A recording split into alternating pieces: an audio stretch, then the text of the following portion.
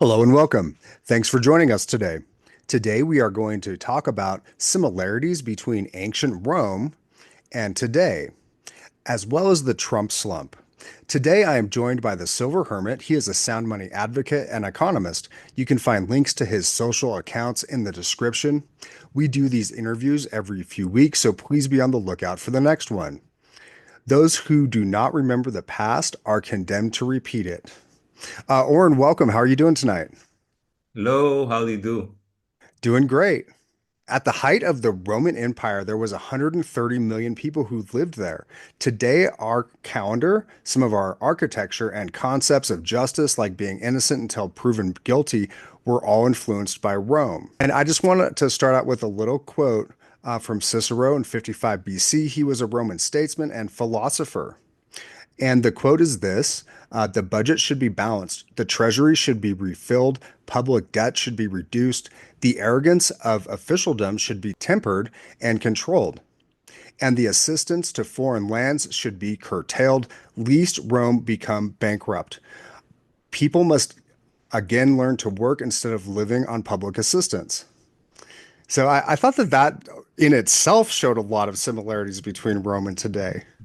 That's an amazing quote. I've never heard it before.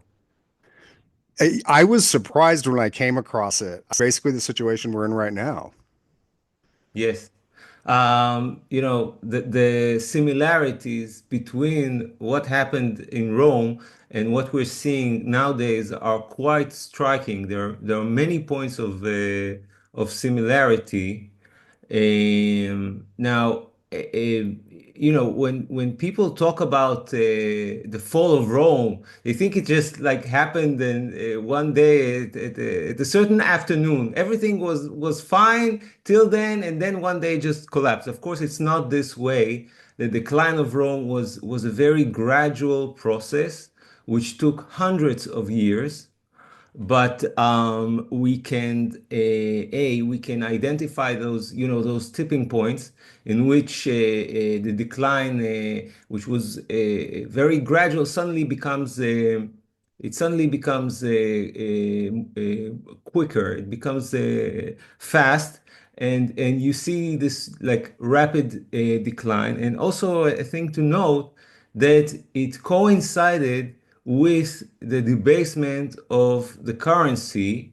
The Roman currency, as many of our listeners already know, was called the denarius, and it was a silver coin. And during the early days of the Republic, it was an almost pure silver coin with a silver content of almost 100%.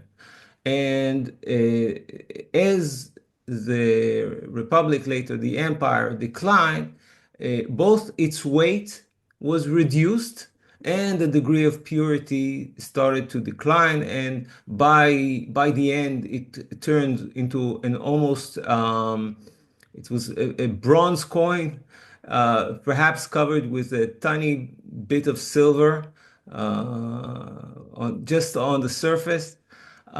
So the decline in the power of Rome and the decline of the denarius go hand in hand. And one of the things that we want to ask today is whether inflation leads to the decline or the decline leads to inflation, and what we today can do about it.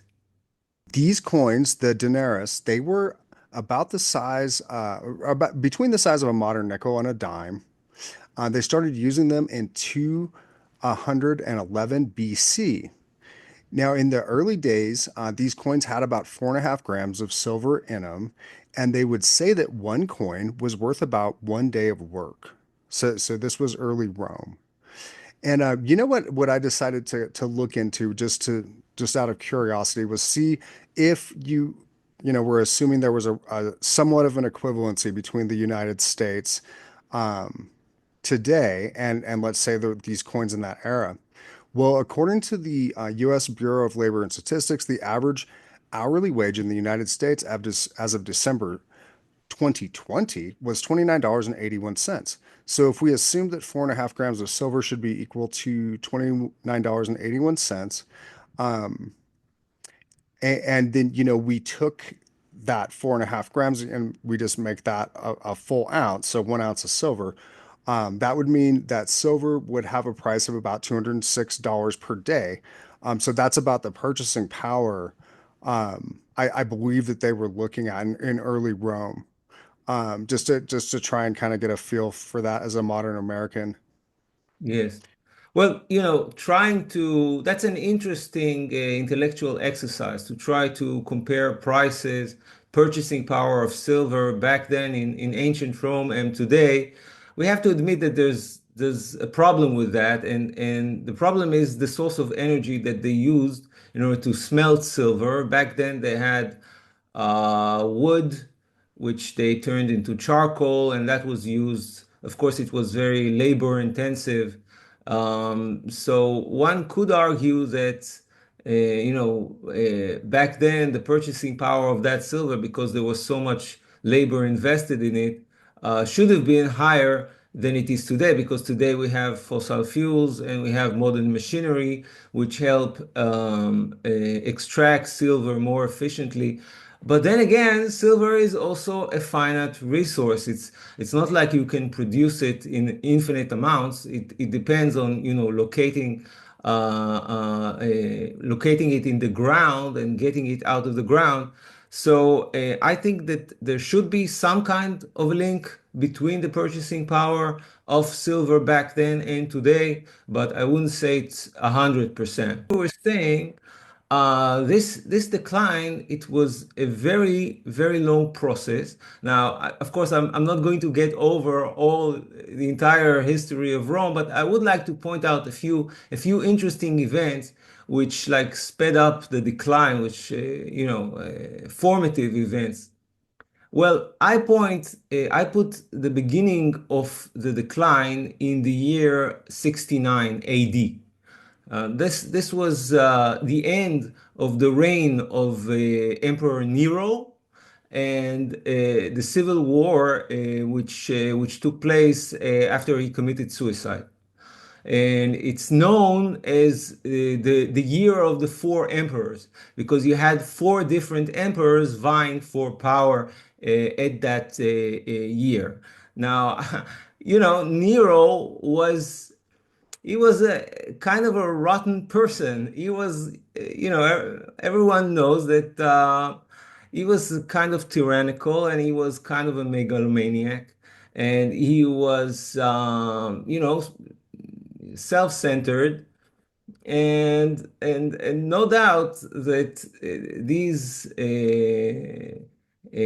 like this character contributed to the decline. Now, during his reign, he reduced the weight of the denarius from 3.9 to 3.4 grams. So we can see that bad leadership and the debasement of the currency, they go hand in hand. Now, after his death and after the civil war ended, and you had Vespasian, Emperor Vespasian, managed to take power when that civil war ended. Then you see like this attempt to restore the currency.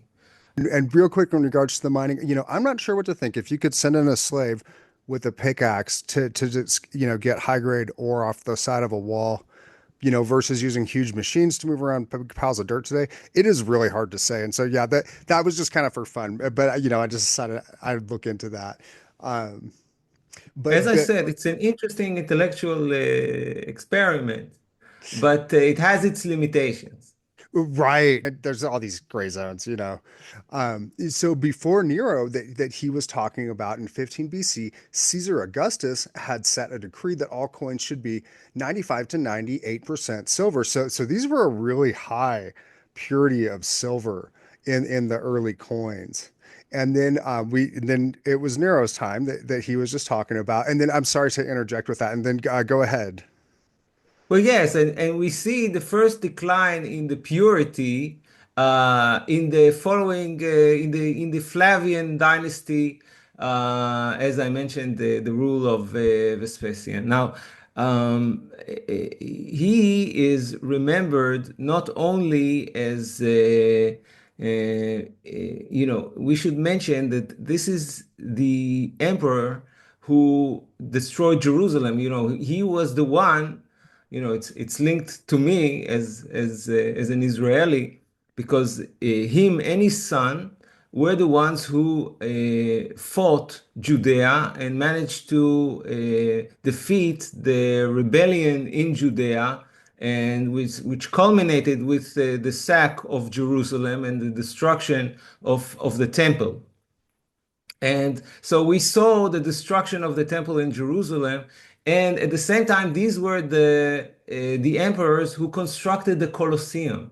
So the destruction of a religious monument and the rise of a monument which is dedicated to entertainment, to Well, like a circus. yes, a circus, and this is the source of the expression bread and circuses, because at the time there was this habit, this tradition in Rome of distributing grain to the poor. It was a custom which began very early during even the days of the Republic, but as the time went on, it was extended. So during the Flavian dynasty, you see the expansion of bread and circuses. They distribute more grain to the people, and you see that they also entertain the public. And if I try to link it to what we're seeing today, so today we have welfare, and today we have all the sports arenas, but also TV shows and an infinite number of channels on Netflix, all those shows on Netflix, and there's like this infinite amount of entertainment, which is from the viewpoint of the rulers, it is used to distract the people from what is happening, in the Right. capital and the decision making. And they are satisfied. They're not hungry because they're getting that welfare, and they're entertained, so they're distracted. And you can say that these were the seeds. You're planting the seeds of the destruction of Rome, although Rome will continue to exist for centuries, but this way you sow the seeds of its demise. Right. Absolutely. And the debasement of the currency was, how they would fund these extravagant circuses, and all of these social benefits, the free grain and stuff like that. So, um, In Mark, regards to free grain, perhaps we should also mention here, they took taxes from the provinces. So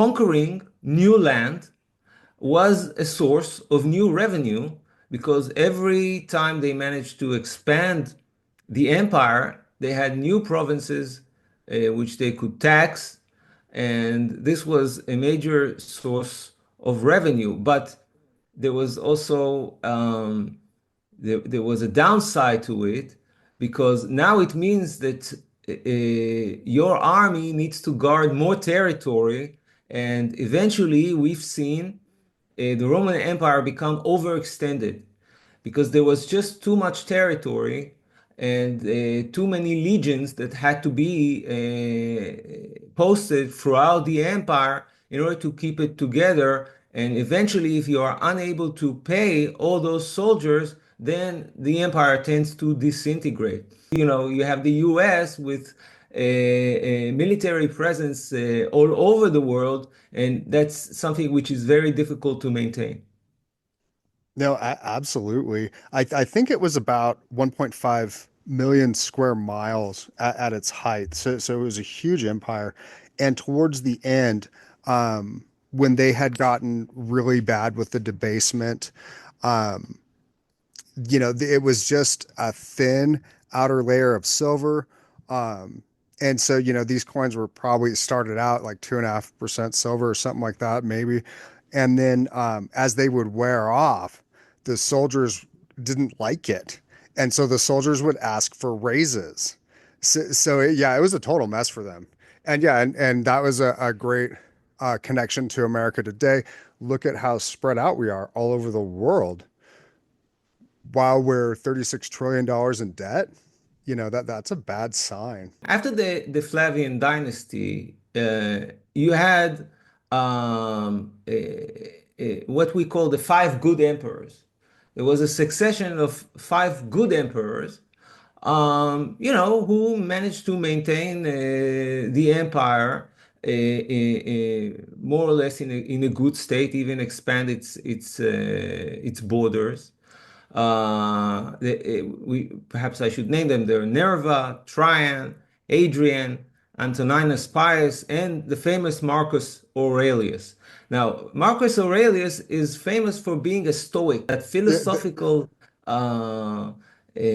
school which talks about, being reserved emotionally and controlling yourself and living a very pious lifestyle, not surrendering to your emotions and desires. So he had this very high degree of morality, which is admired till this very day. And we still, to this very day, we have his writings about Stoicism, which is, it stands in extreme contrast, stark contrast with his son.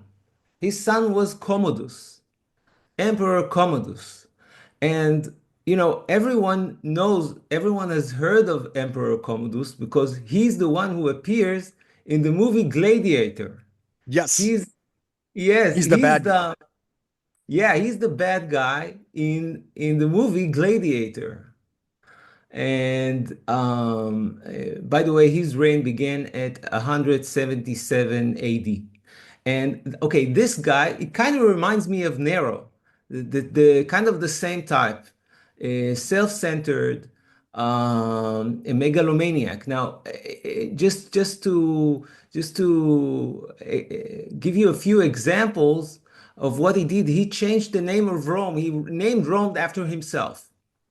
He named all they changed the names of the months of the year to be the 12, his 12 names.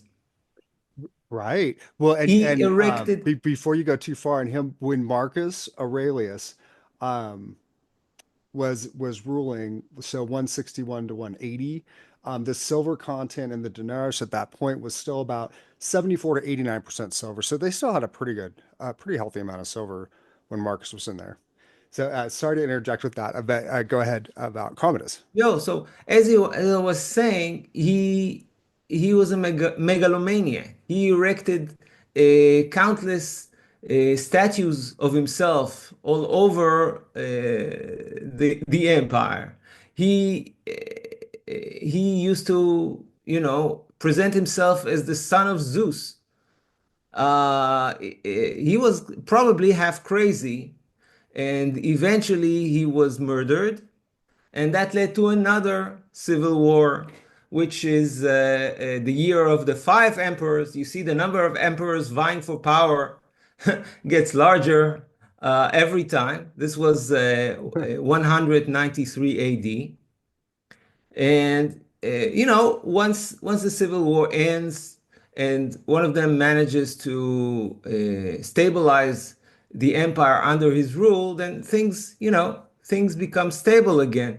But the decline that we see in the value of the denarius, uh, they cannot fix it.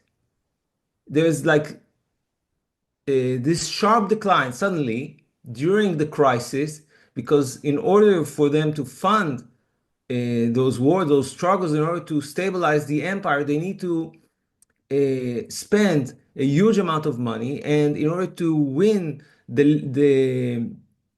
uh, the legions, in order to get their to follow them, they need to bribe them with large amounts of money, and in order to do so, they debase the currency, and later it's Right. very difficult to turn it back. Right. By, decreasing the purity of the coins while keeping the same face value, the empire could spend more money that, they didn't really have, so to speak. And so, you can imagine, being really strong, coming out of some big wars, um, maybe World War One, World War Two. Things are great. Everything's backed by gold. And then at some point, you want to expand more. And you got to get off that gold standard. But in their time, it was just a matter of debasing these coins. Look, to my view, it's a moral decision. A ruler which is faced with a crisis, he can either decide to debase the currency so that he may, so that he has more funds in order to win the war, or buy the allegiance of his legions. But he can also decide not to do so. He can also try to balance the budget, and that makes it perhaps makes it more difficult to win the war. But then you don't destroy the value of the currency, because eventually the people suffer from it. It means that everyone becomes poorer. And your economy later, even if you manage to stabilize things, your economy is not going to be as successful as it used to be, because it sustained that blow, that inflation. And so eventually we arrive at what we call the crisis of the third century. It's a prolonged crisis. This time it's not something which simply, happens within 1 year. It happens between 235 and 284 AD. And you have all sorts of things happening there: invasions, civil wars, economic decline. And Well, eventually this is when Rome goes through its hyperinflation. gotcha. It was Emperor Severus, and he was 193 to 211 AD. He debased the denarius to about 1.82 grams of silver in order to maintain that large military, kind of similar to us today. And And then, during that time, you see uh, the purity of the denarius absolutely falling off a cliff. From 50, about 50% silver, it falls to almost zero. right. And then, gosh, I'm not sure if I'm going to say this right, so please correct me.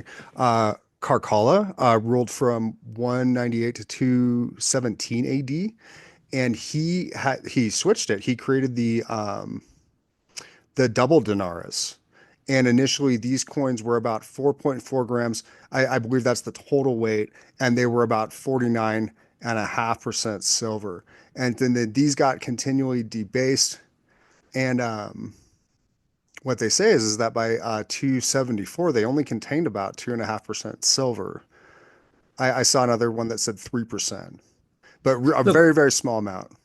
the the emperors which you mentioned from the Severan dynasty, they ruled before that crisis that I mentioned. But it's interesting to know that there were all sorts of attempts to deal with the inflation, which was persistent all the time, and trying to issue new coins, because the denarius no longer has the same purchasing power. So you invent new coins. Oh, this coin is going Yes. to be better. Yep. It's just another trick to try to get the population to have faith in the currency again, and to try to Absolutely. deal with that inflation.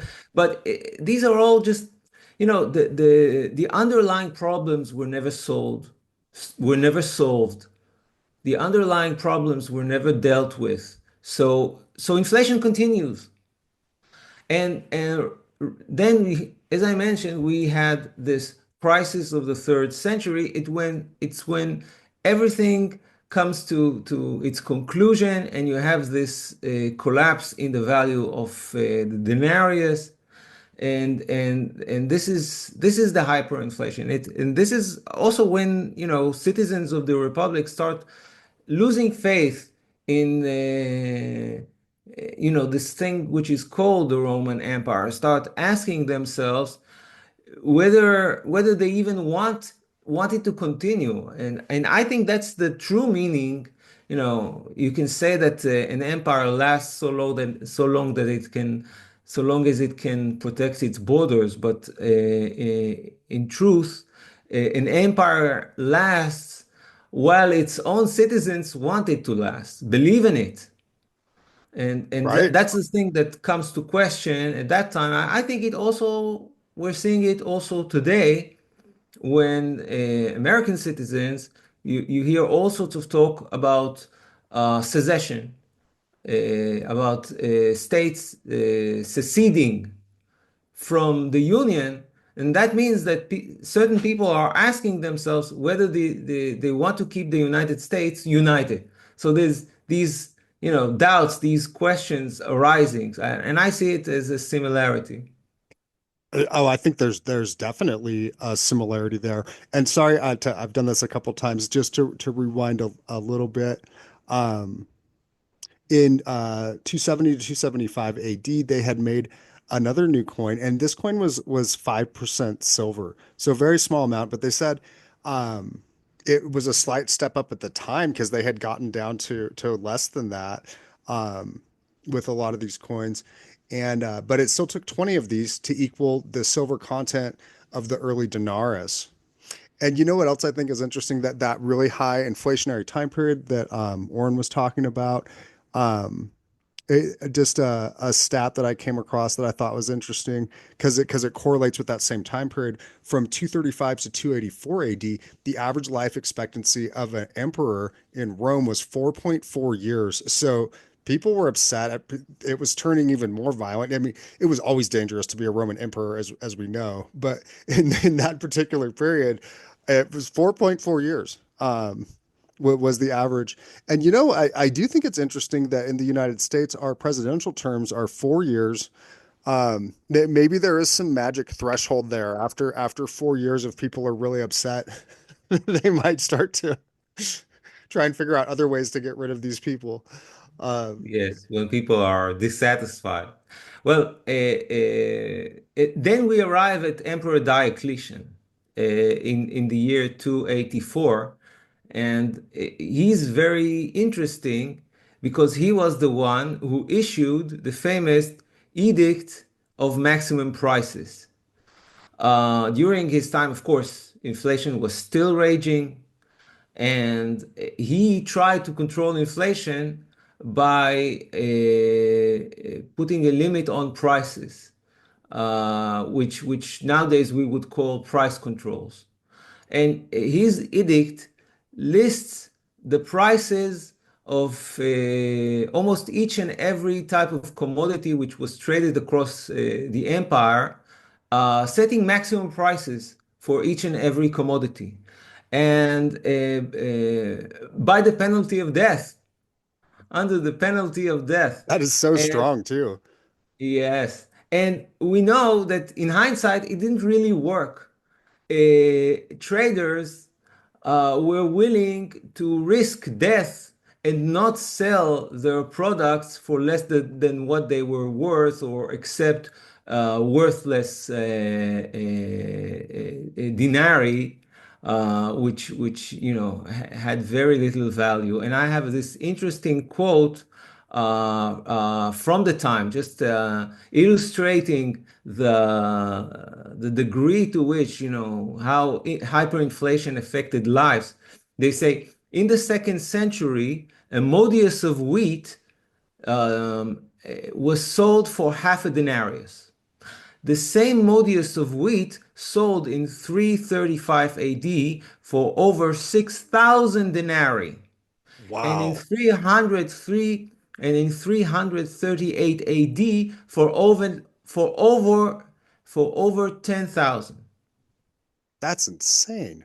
Yes. So we're going from half a denarius to 6,000, then to 10,000. This is the That meaning of a collapse in the purchasing power of the currency. that's really interesting. We've heard stories of people taking wheelbarrows of money in different countries where there's been hyperinflation. So even way back then, I mean, I would see that as the equivalent of that. If you need 10,000, what a burden. Exactly. I mean, And we know that, that edict of maximum prices by Diocletian largely failed. People wouldn't follow it. and during his time period, he actually made it quite a while. So 284 to 305. So he made it for 21 years as Yes. emperor. So Yes. that's impressive. But they Yes. say that the coins just had a thin silver plating, Yes. if any silver at all. Um, So, as far as I'm concerned, that's the collapse of right? at least of the currency. But after that, the empire continues to exist, although weakened, but it continues to exist for centuries. As a matter of fact, the fall, we point out the fall of the Western Roman Empire because it split into two, and you had the eastern part and the western part. The fall of the Western Roman Empire took place between 376 and 476 AD. Again, between 376 and 476 AD. So even the decline, the final collapse took a century, took an entire century. So we're talking about a very, very long process in which the economic collapse eventually, 200 years later, brought the complete collapse and the dissolution of this polity, which we call the Roman Empire. Man, that is a long time. Um, unfortunately, I do think in the modern age, I don't know if we'll see it take that long. Obviously, the Yes. United States hasn't been around nearly as long as the Roman Empire was. We might be kind of we grew fast and we didn't make it as long. Yes, So that's a great point. That's a great question. Whether the US will enjoy this very prolonged decline like the Roman Empire had, I don't think so because everything seems to be happening nowadays quicker. And we can attribute that to the fact that we have global communications. I mean, back then, I think it took months. When something took place in Rome, it took at least weeks for the provinces which were furthest from Rome to even hear that it happened. So it took time for legions to move from place to place. It took time for news to reach those provinces. So it took a lot of time for people to react to what was happening. So I think it makes sense that back then political the process it just took a lot more time. And nowadays, we instantly know whenever there's any occurrence in one of the major cities of the world. We know about it almost instantly and we react almost instantly. So I think everything has moved into this, very rapid progression. And if, God forbid, we do experience a collapse, I think it's going to be very rapid as well. that's a good point because everything took so much longer back then. It literally took people longer to get places. So as that's going to go with everything. Anything they were trading and stuff like that, it all just took longer. So that's a really good point. And with modern communication, we all know what's going on right away. So it could be pretty rapid today. I wanted to conclude this discussion by like going very quickly, very briefly on the points of similarity between what happened in Rome and what is happening today. And on my list, well, we've mentioned bread and circuses, which nowadays are welfare and non-stop entertainment. The NFL. Yes, and reality TV and stuff Yep. like that. And you have the fact that they were militarily overextended, which was very, expensive. It was expensive to maintain such a military.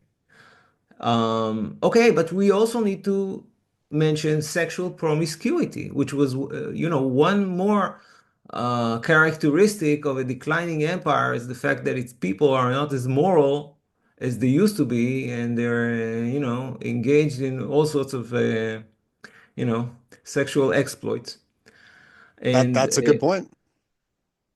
yeah, and you have, okay, political instability. Of course, as people are unhappy with what is happening, then there's the entire political sphere becomes charged. It becomes more, we're seeing nowadays that politicians, there's vitriol, there's absolute vitriol in the political system. They're at each other's throats, and they're using such rhetoric that was not accepted back in the day. So, back in the day, politicians would, politely disagree with each other, or you would have politicians reaching across the aisle and cooperating on certain issues. And nowadays there's almost none of this. There's hardly any civility. You're seeing the legal system being weaponized against political adversaries, which I think is another symptom of a decline. Yeah, I mean it's getting pretty vicious. I mean, they attempted to take Trump's life twice. We've reached a very high level of this. That's a little scary. Could be potentially destabilizing. So with a leader like Trump coming in, being where we are today, um, who's going to come in and, we're all hoping he's going to be able to fix the economy. Well, let me ask you, how far down the path would you put us, in relation to Rome, and the debasement of this currency, if you could roughly correlate it to today, what is Trump facing here? It's impossible to tell because if we look at Rome, we had bad leaders like Yes. Nero or Commodus, which Hmm. were followed by better leaders who tried to reform. And I see Trump as a reformist. I Yeah, wouldn't say, I I can't think say that's emperor because he's not an emperor, but is trying to reform. The even the his slogan "Make America Great Again." It's a reformist slogan, trying to restore past values, recognizing that there is a decline and trying to deal with it. Now, the thing about reformists is that they are able to stop the decline, and for a while at least, they are able to slow it down. So perhaps Trump has the ability to give the United States to extend its life for a few more years, for a few more years, for a few more decades, perhaps even. We don't know who's going to follow him. So it's impossible to say. But even those reformists are unable to stop the process of inflation. It continues. It continues. Even if it slows down, it still continues. And this is what we've seen uh, in the Roman Empire. And this is what we need to be aware of and be aware of, because even though there's a better leader in the White House, it doesn't mean that the underlying process of inflation has ended. It continues. absolutely. And I would say it's kind of comparable to the 270 to 275 AD period when they made the coins 5% silver again, but it still took 20 of them to equal the early denarius. I think that it's also for silver today, just a matter of time until people, it might not be as detailed of a conclusion, but eventually they'll come to the same conclusion in regards to Trump. He might be trying, he might be able to extend things out, but inflation is going to keep going just like it did in ancient Rome. And great hedge against inflation, gold and silver. And so I think that this Trump slump, as far as that in itself potentially being a cause of the metals going down, like we saw on November 5th and kind of staying down, I think that sentiment will go away before too long. And I'm not sure when it might be. I mean, I would hope tomorrow at the FOMC meeting. If they cut rates, there's a really high chance of that. Maybe it'll be after the inauguration at some point. I don't know. But that's the reality of the situation is inflation is going to keep trucking along. Yes, I would say that optimism in itself is a powerful force that can affect the markets, and that since Trump got elected, we have optimism in the air. Now, the question is whether it is justified or not. I don't think it is. I think inflation is still here. I don't think it's going away. And even if it continues at a lower rate, it's still an underlying factor which we should take into account. And just because Trump is in power right now, it doesn't mean we need to stop protecting ourselves from inflation through gold and silver. And we're just going to have to wait and see if it's persistent, if this optimism is persistent, or whether it's going to be short-lived.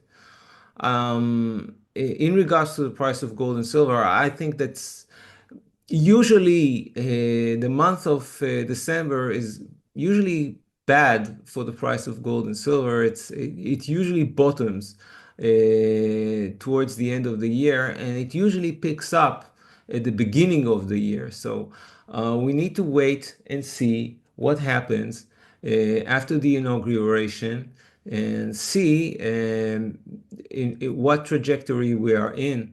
As I've said many times, I believe we are destined to have a recession sometimes in the next 6 months. So if we do get a recession, I think this will be the end of this era of optimism that we currently have. Right, that makes sense. And you guys, I'll leave a link to a previous interview we did where he goes over his reasons why he believes that we're very likely to see a recession in the near future. Do recommend you check it out. I do wonder if once he's inaugurated, I think that we'll get some of the normal cyclical price movement like he was talking about. A lot of times January will be an up month. Um, and who knows where it'll go from there. But what I do think is that the majority of the people will come out of the ether relatively quick in regards to Trump himself. I do kind of wonder in the back of my mind if the Doge committee, if people will be really happy that Doge will be able to create some sort of economic miracle. I don't think they'll be able to make cuts deep enough. I think inflation will still be trucking along.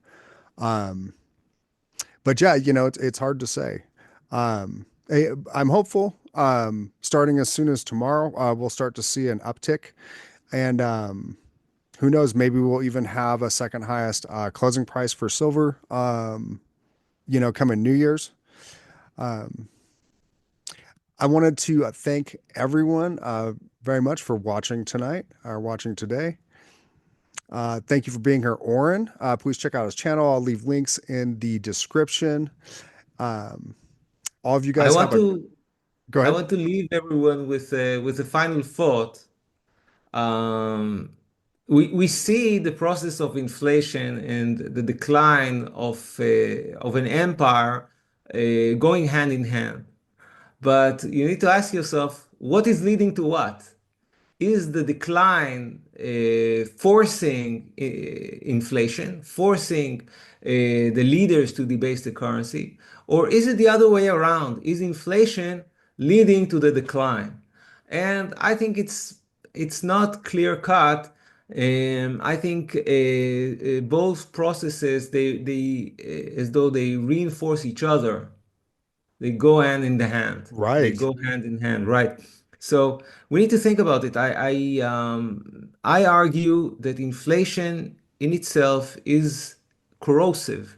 It destroys society. It degrades moral values. And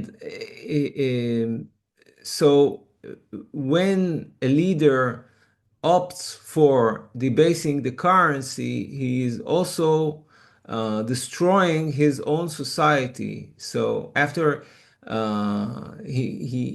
the crisis is over, for instance, after he's able to stabilize things, it's not the same empire. It's weakened in a way, economically, but also morally. And I think that in order to really stop inflation, this is not just something we don't need just a monetary reform. We're going to also need a spiritual reform, a moral reform. People are going to have to return to ancient values, to old values that we used to have, like the value of hard work and creativity. Contrast that with speculation, which reigns today. People nowadays are obsessed with speculation on Wall Street, in cryptocurrencies, and hard work is undervalued, and having an honest job, it can no longer it no longer affords you a decent lifestyle, and this is something we need to change. So a monetary reform on one hand and a moral reform on the other. Absolutely. It is interesting if you're getting paid with something that isn't real money, if you take it and stick it in the bank, it's just gonna inflate away. Its value is just gonna inflate away. It seems to do something to the morale of the population. And so that very interesting points. Thank you for sharing that. Um, well, folks, thanks for watching, and we will catch you guys in the next video. Please don't forget to like and subscribe for more content like this, and also check out Oren's channel. And I hope everybody has a great day out there.